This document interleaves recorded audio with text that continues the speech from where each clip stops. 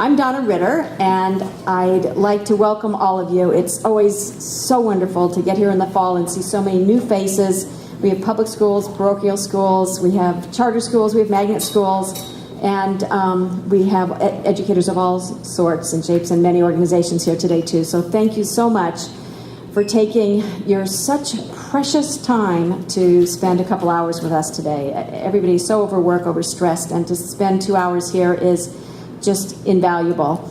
As Emerson understood, that which we persist in doing becomes easier to do. Not that the nature of the thing has changed, but that our power to do so has increased. And that's what ECSL, Educators Consortium for Service Learning, is about. That's why we're here, to give you the power to go back to your schools and back to your families and your children and help empower them. It's essential that our kids learn skills to build confidence, to discern issues, to analyze problems, to discover solutions, and to get results. Today is September 11th. It's an absolutely, really serious day. And the fact that we're here taking positive steps to move forward, to make a difference in people's lives, you guys are doing something. You are living the lives of the people who didn't survive lived, and you are doing something positive about that. So all of us at ECSL want to salute you and thank you for being here. And let's just take a moment of silence for 9/11.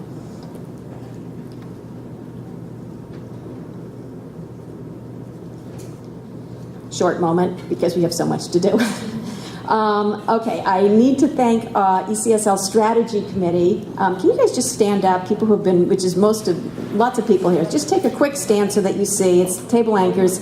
These are the people that come and meet throughout the year, trying to figure out, thanks guys, trying to figure out what it is that's going to be most helpful for you. Each year we have different themes. Last year was Youth, Voice, and Choice. This year, our theme is going to be Connect. We really, really want you to leave today with a new BFF or a buddy, a service learning buddy that you feel comfortable with, that you can just pick up the phone and say, oh my God, I can't believe what happened. The buses didn't show up. I can't get the funding for this.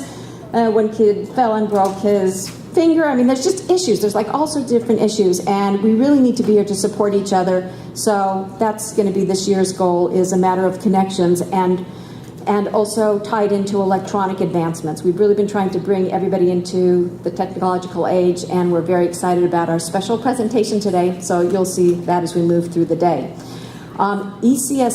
ECSL welcomes wholeheartedly the folks from CSA who is here. For those of you who don't know, we began as a community service association in the days before there was any terminology of service learning. It was called community service. And we were the offshoot as elementary community service people of the Community Service Association.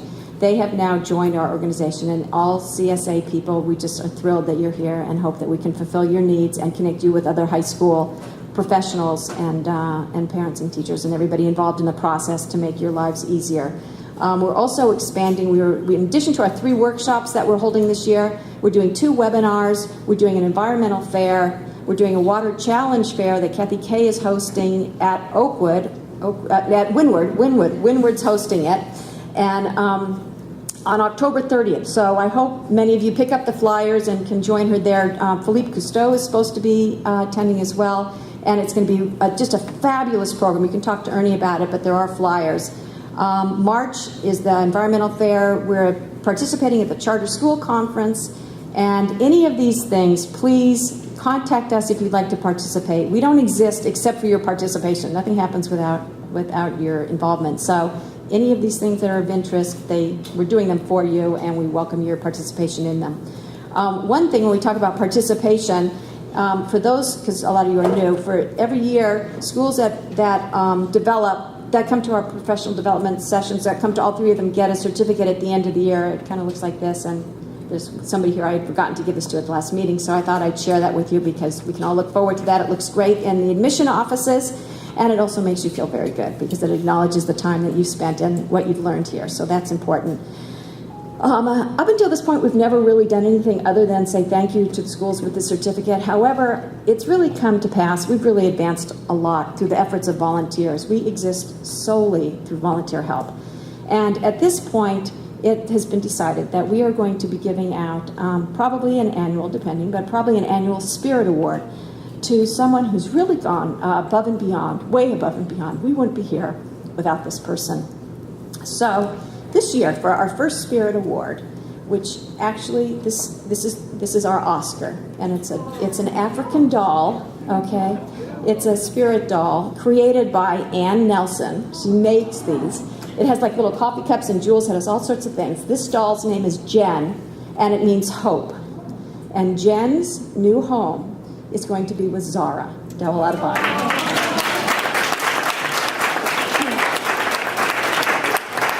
So, in honor of your work, thank you so much. I just can't thank you enough for all you do. And in honor of your Spirit Award, we made a donation to Bead for Life, an organization that we know you feel strongly about. So we thank you, Zara. For those of you who don't know, Zara, I first met Zara at one of our meetings when she talked about how she had discovered this book, My Librarian is a Camel. This was at Echo Horizon. And how this spirited her to get involved and bring, books to the Middle East. And, we wanted her to talk about it today, but the conversation went so far down the field with so many other things we're doing. But it really was her impetus, starting with one single book, that led her involvement. And so, thank you so much.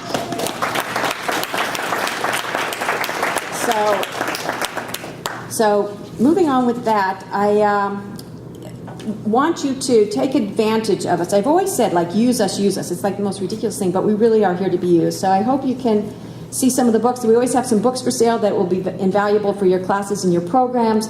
We have a lot of resources. The Skirball has really fantastic programs. And for those of you who haven't taken advantage of or experienced the programs that they have here, they're very multicultural. They're very in-depth, eye-opening, and I really, really, really encourage you to explore some of the opportunities that are here at Skirball. And it's just tremendously worthwhile program. It's essential that we learn to focus on our commonality and what we have in common rather than what we hate and fear about other population groups and other countries and cultures. So this is a very good place to be sharing that and teaching that. Another announcement from Oakwood School, which is why I said Oakwood earlier, they have a free after-school classes in science, visual arts, music, and dance, and want to get information out to public schools. They're in North Hollywood. So anyone in that sort of east side of the valley, if you know of public schools, that it's free classes. So please get the word out to them. That would be very helpful.